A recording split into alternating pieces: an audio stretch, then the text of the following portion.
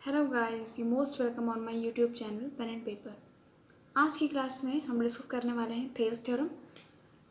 और Thales theorem से पहले मैंने कॉन्ग्रुएंट फिगर और सिमिलर फिगर्स के बारे में आपको बता दिया है। सो अब आगे बढ़ जाते हैं थेल्स थ्योरम की तरफ। ठीक है, स्टेटमेंट है if a line is drawn parallel to one side of triangle to intersect the other two sides in distinct point, then the other two sides are divided in the same ratio. Statement क्या है मैं आपको बताती हूँ। Statement देखिए, statement है कि अगर कोई किसी ट्रायंगल, सपोज ये ट्रायंगल है, ठीक है, ट्रायंगल के किसी एक साइड के पैरेलल आपने एक लाइन ड्रॉ की, ठीक है, और वो लाइन क्या कर रही है, बाकी दो साइड्स को डिफरेंट पॉइंट पे इंटरसेक्ट कर रही है, तो जो उनका रेशियो होगा, कौन सा रेशियो होगा, ये रेशियो यानी कि AD अपॉन DB ये इक्वल हो जाएगा AE अपॉन EC के। ठीक है, ये रेशियो क्या हो जाएगा, AE upon EC is equals to हो जाएगा AD अपॉन DB के। फिर से एक बार मैं रिपीट करती हूँ कि आपकी स्टेटमेंट क्या है। Statement is that if a line is drawn parallel to one side of a triangle to intersect the other two sides in distinct points, then the other two sides are divided in the same ratio।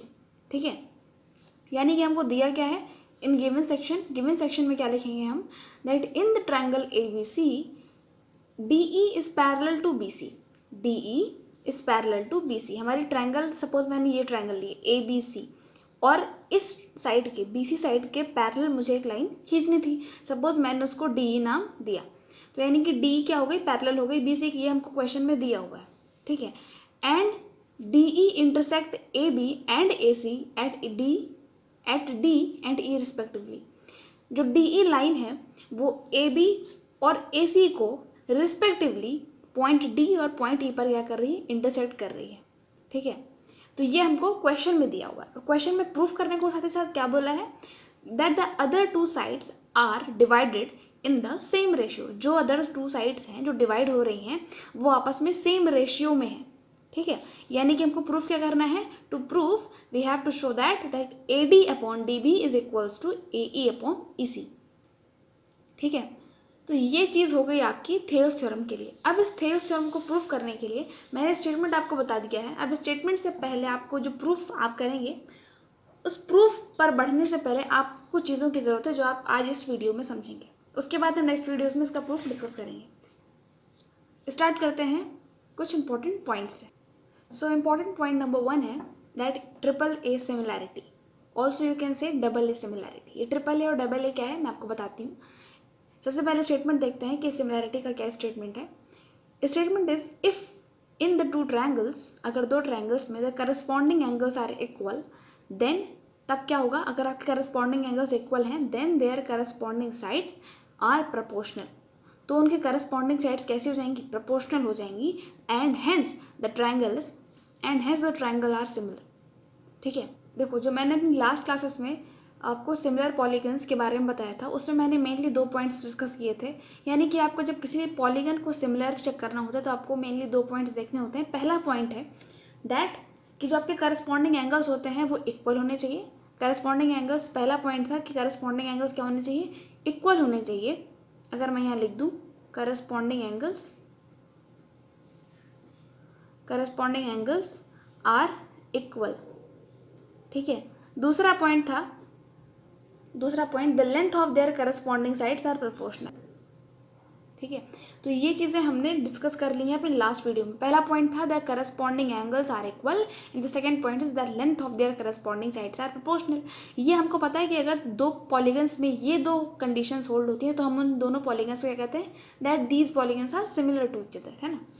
अब इस AA similarity का क्या मतलब है और इस AA similarity का Thales theorem से क्या रिलेशन है मैं आपको दिखाती हूँ। साथ ही साथ आप ये पहले समझ लीजिए कि जो थेल्स थ्योरम है वो आपके बुक्स में भी ऑफकोर्स ऊपर हेडिंग है, दैट इज कि जो ये थेल्स थ्योरम है वो रिजल्ट है सिमिलर पॉलीगन्स। स्टेटमेंट है that if in the two triangles the corresponding angles are equal, यानी कि जो आपका फर्स्ट कंडीशन है वो AA सिमिलैरिटी में दिया हुआ है ना। If the two triangles the corresponding angles are equal, पहली कंडीशन आपको दी हुई है, then their corresponding sides are proportional. तो कह रहा है अगर पहला सेटिस्फाई कर रहा है तो दूसरा अपने आप हो जाएगा। ये आपकी स्टेटमेंट कह रही है, ठीक है। यानी कि पहला दिया हुआ है, दूसरा अपने आप हो जा रहा है। इसका मतलब कि सिमिलैरिटी के दोनों कंडीशंस मुझे मिल गई हैं, इसीलिए इसका मतलब क्या हुआ, and hence the triangles are similar. इसीलिए दोनों ट्रायंगल्स क्या कहलाई जाएंगी, सिमिलर कहलाई जाएंगी। यानी कि अगर आपको ये दिया है कि जिससे करस्पॉन्डिंग एंगल्स हैं वो क्या है, सिमिलर हैं, तो फिर सपोज मैंने यहाँ पे ये एंगल सिमिलर है, ये एंगल इक्वल है और ये एंगल आपस में इक्वल है, ठीक है। तो अगर ऐसा आपको कोई दो ट्रायंगल दिया है जिनके करस्पॉन्डिंग एंगल्स इक्वल हैं, तो उनकी करस्पॉन्डिंग साइड्स आपस में क्या होंगी, प्रपोर्शनल हो जाएंगी। ये है आपकी ए सिमिलैरिटी। ए सिमिलैरिटी मैं फिर से बताती हूँ क्या दिया हुआ है। जब आपका पहला होल्ड कर रहा है तो दूसरा अपने आप होल्ड हो जाएगा, ये है ए सिमिलैरिटी, ठीक है। और इसको आप डबल ए सिमिलैरिटी का मतलब ये हुआ, यहाँ पर ए का मतलब एंगल हुआ, यानी कि एंगल सिमिलैरिटी, ठीक है। यानी कि जब तीनों एंगल्स क्या हो जाए, सिमिलर हो जाए, तो उसे हम ए सिमिलैरिटी बोलते हैं। या फिर ऑफ कोर्स अगर आपके पास किसी दो ट्रायंगल्स में अगर आपको ये गिवन है कि सिर्फ दो एंगल्स ही आपस में, करस्पॉन्डिंग एंगल्स आपस में इक्वल हो रहे हैं, यानी कि मान लीजिए ये एंगल इससे इक्वल है, ये एंगल इससे इक्वल है, तो आप एश्योर हो जाइए कि जो आपका तीसरा एंगल है वो भी इक्वल ही होगा, ठीक है। तो इसीलिए आप इसको एटलीस्ट 2 एंगल्स भी कह सकते हैं या फिर ट्रिपल एंगल्स भी कह सकते हैं, ठीक है। तो ये आपकी ए सिमिलैरिटी है। जो आपका सेकेंड स्टेटमेंट है वो भी ज़रा देख लेते हैं, जो आपको इस थ्योरम में यूज़ करना है। Statement is the ratio of area of triangles with equal height is equal to the ratio of their basis. इसका मतलब क्या हुआ, आसान भाषा में समझते हैं। अगर आपको कोई एक ट्रायंगल दिया हुआ है, ठीक है, आपने उस ट्रायंगल को, उस बड़े वाले ट्रायंगल को, सबसे पहले बड़ा वाला ट्रायंगल देखिए ABD। इस ट्रायंगल, अगर ये ट्रायंगल आपको दिया और आपने इस ट्रायंगल को दो ट्रायंगल में स्प्लिट कर दिया। सपोज मैंने कोई ऐसे ही रैंडम AC लाइन खींच दी, ठीक है ना, AC लाइन खींच दी। अब क्या हो रहा है कि ये दोनों ट्रायंगल्स दो ट्रायंगल्स में स्प्लिट हो जा रहे हैं, है ना। एक तो ABC और सेकेंड इज ACD, दो ट्रायंगल्स। साथ ही साथ इसमें क्या है, विद इक्वल हाइट। इसकी हाइट में ऑफकोर्स आप देख सकते हैं इक्वल होनी चाहिए। हाइट क्या होती है, हाइट होती है कि जो आपका बेस होता है, ट्रायंगल का जो बेस है, कौन सा ट्रायंगल, सबसे बड़ा वाला ट्रायंगल, उस ट्रायंगल से जब आप अपोजिट वर्टेक्स यानी टॉप के वर्टेक्स से क्या खींचें, परपेंडिकुलर लाइन डालें, तो वही आपकी हाइट होती है, ठीक है। अब इस बेस से मैंने इस अपोजिट वर्टेक्स A से एक परपेंडिकुलर लाइन ड्रॉ की, वो मेरी कौन सी लाइन हो गई, वो मेरी परपेंडिकुलर लाइन है जो कि 90 डिग्री का एंगल बना रही है, तो वो मेरी हाइट हो गई, ठीक है।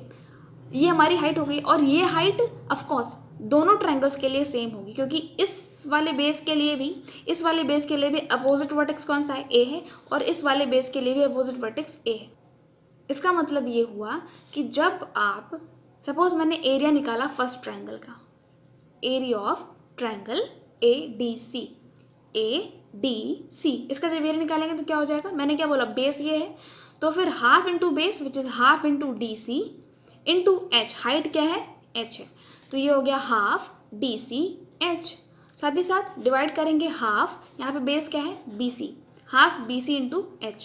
अब अगर मैं इसको डिवाइड करूँ, क्योंकि मुझसे स्टेटमेंट में क्या है, दैट द रेशियो, अब रेशियो के लिए तो डिवीजन ज़रूरी है, तो मैंने यहाँ पे डिवाइड जब किया तो हो जाएगा area of triangle ABC divided by area of triangle ABC, और हाफ से हाफ कैंसिल, H से H कैंसिल। इसका मतलब इम्प्लाई में क्या आ रहा है, that area of triangle ADC, इसका एरिया डिवाइडेड बाई इसका एरिया इज इक्वल्स टू हो जाएगा इसके बेस के डिवाइडेड बाई इसके बेस से, ठीक है। तो ये चीज़ आपको यहाँ पर समझना है, ये दो पॉइंट्स आपको समझने ज़रूरी थे, वो मैंने आपको बता दिए। थेयर्स थ्योरम में इन दोनों पॉइंट्स का बहुत यूज़ होने वाला है।